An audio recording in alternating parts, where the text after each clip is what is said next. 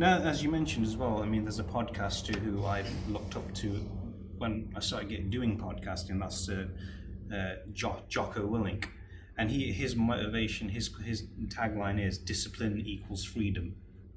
And you see that he's put it on T-shirts and everything because he comes from. Quote. Oh, it's a fantastic quote. I mean, then I looked up into his history and found out that he was a former Navy SEAL, like a special operations commando in the U.S. Navy. Yes, I wouldn't get on the wrong end of that, dude. Trust me. And he says, look, and he has a strict routine as well, as you mentioned, getting up very early. This guy, you think 7 o'clock in the morning's early? This guy's up at 4 o'clock in the morning just to work out for an hour and then go surfing. I kid you not. I've seen a video of his called "The Other Side of Jocko," and he does that. He's mining Aiden's inspiration when it came to becoming podcasters, and. You see that he has a very strict routine, and people say, don't you get bored? He goes, I do have a boring life, but it's what's got me to where I am today. He's a business consultant now, he's an author, practices jiu-jitsu non-stop, and he goes, you watch any podcast of his and you hear any podcast, there isn't a single podcast he will not mention the art of jiu-jitsu, because he goes, it's a psychological game as well. It's about discipline, like all martial arts, like all sports as well. And he says that's why I developed the quote, discipline equals freedom. And it's been running so far so well today for him as well. That's a fantastic quote. And you wouldn't, off the face of it, you wouldn't associate those two words, discipline and freedom. Because if you think discipline, you're thinking rigid structure, have to do this, have to do that. Yeah. But that's what actually earns you your freedom. So do the things when you can do them. Otherwise, you're going to have to do them. You're going to have to do them. Yeah. So I think voluntary struggle is discipline.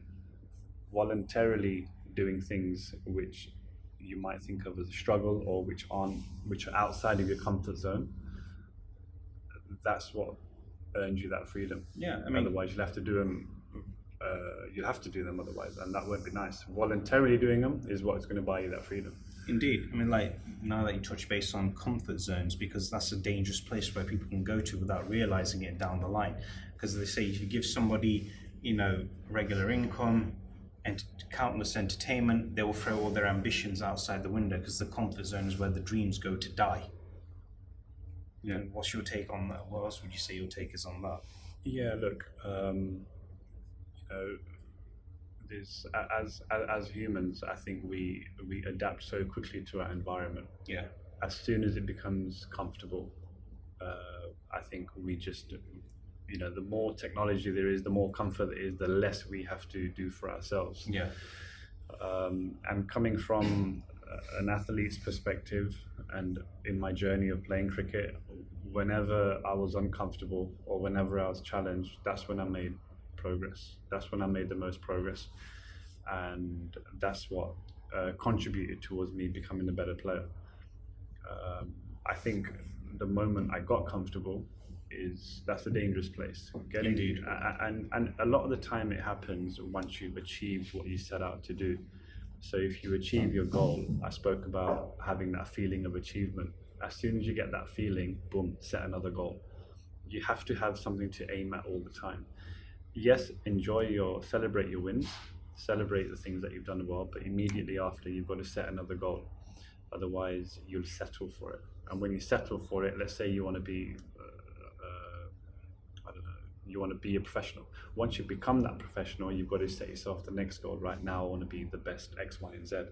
Or if you're looking for, let's say you want to become a millionaire. As soon as you hit that goal, set yourself another goal. And that links directly to being in your comfort zone. Yeah. Yeah, progress happens when you're uncomfortable. Indeed. Because once they're uncomfortable, they want to become comfortable, but they don't want to take the route in order to become comfortable, do they? They just feel, they just feel like, no, sorry, they don't want to take the route to become uncomfortable. They're happy where they are. But, good luck to people who want to do that, but that discipline doesn't work for everybody, does it? It happens to you just want to live in the comfort zone. Yeah, it depends what you want in life, and there's nothing wrong with being comfortable, but I think when you take your foot off the gas, if you've still got a mission to achieve, then the struggle becomes more and more uphill. Once you've got that momentum going, just keep it going. So it's something that can be discussed at depth, and I think a lot of people will have their own views on it. But my sort of motto is, if I'm out of my comfort zone, it means I can create comfort for others. So family, friends, loved ones. I can create the lifestyle I want for them, which is a motivator for me. That's good. How do you yourself get on track with discipline, like say in any walk of life?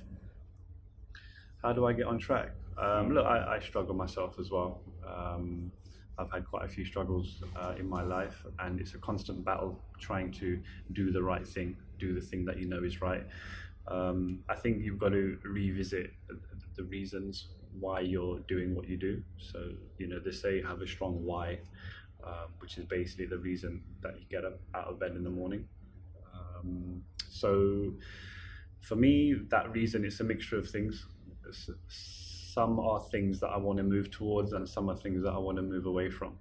Both of those things work to inspire or motivate me to get out of bed in the morning. So it's a mixture of the good and the bad, but I'm learning to use the bad for the good. Do you see what I mean? Yeah. Do you follow? Yeah. Okay.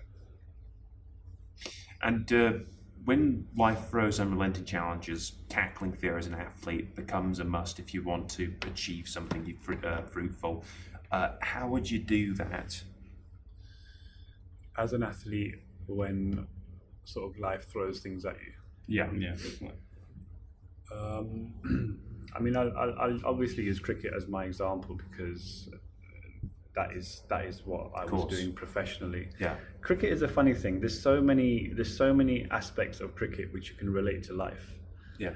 And it's quite sometimes it's quite creepy just how much crossover there is in terms of the sort of attributes that make you a good cricketer. They can also apply to life. And cricket is a game. There's about 4 or 5 games happening within the game of cricket. So you've got the batter versus the bowler. Yeah. You've got the fielder who's doing his thing. And then you've got the 2 batters who are talking to each other on the same team. There's a lot that is happening in cricket, and it's only when you understand or when you play cricket you have an appreciation for that. So what cricket has taught me is look, I'll relate something which I find quite interesting. So if we look at patience, all right, we'll all agree that patience is a virtue. Patience is something which is really beneficial to be good at in life, and good things come in time. Let's take batting. So with batting, you cannot play the ball until the bowler's bowled it.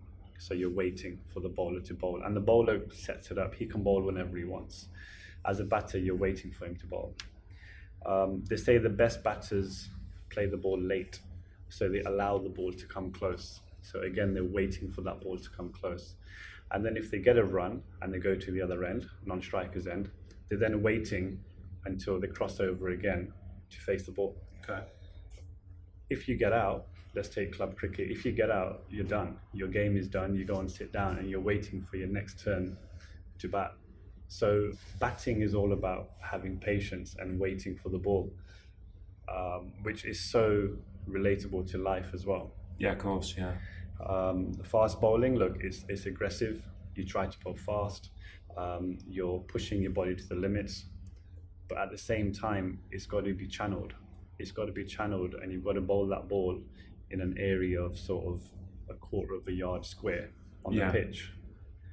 And then the release has got to be perfect out the fingers. So all of that aggression and energy that you're putting into the ball, at the same time, you've got to be very accurate as well.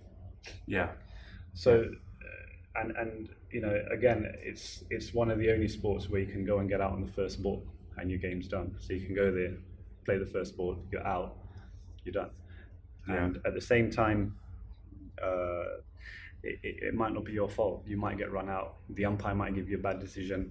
So it's really a test of your temperament as well. Exactly, yeah. And Test cricket is more relatable, I feel, to life than T20 cricket in the shorter form. Yeah. But I think that discussion is probably, it will be good for another day if we can get some more cricketers on board and have a discussion about that, because it's such a great teacher, cricket, and that's why it's one of my, if not my favourite sport. You know, it's quite fascinating just how relatable it is. So maybe we'll touch base on that another time. Yeah, of course. Yeah. Well, that's absolutely fine. We can do that. Well, Gemaal, thank you very much again for coming back here today. Pleasure. Thank you. It's a pleasure to It's been interesting. Oh, it has been. Trust me, it's been quite a mind opener as well. I think the audience over there is they've been clued into your words, and like they go, I can come back and do this a little bit later, but they just wanted to hear what you had to say as well, which is absolutely fantastic. Frazer, thank you for doing the crossover, coming to No, thank you. this Thank you for the podcast. opportunity. No, thank you. Thank you. It's brilliant. It's always good to have you there, brother. yeah. It's good to have you here as well. Thank you very much. And everybody, please don't forget to give Gemaal a follow on social media. Don't forget to give this video a thumbs up, click subscribe. We have some more videos coming soon as well. And this is Addy. And Frazer. Gemaal, thank you very much. Thank Thanks, you, guys. most welcome. And we'll see you in the next episode, everybody. Thank you very much.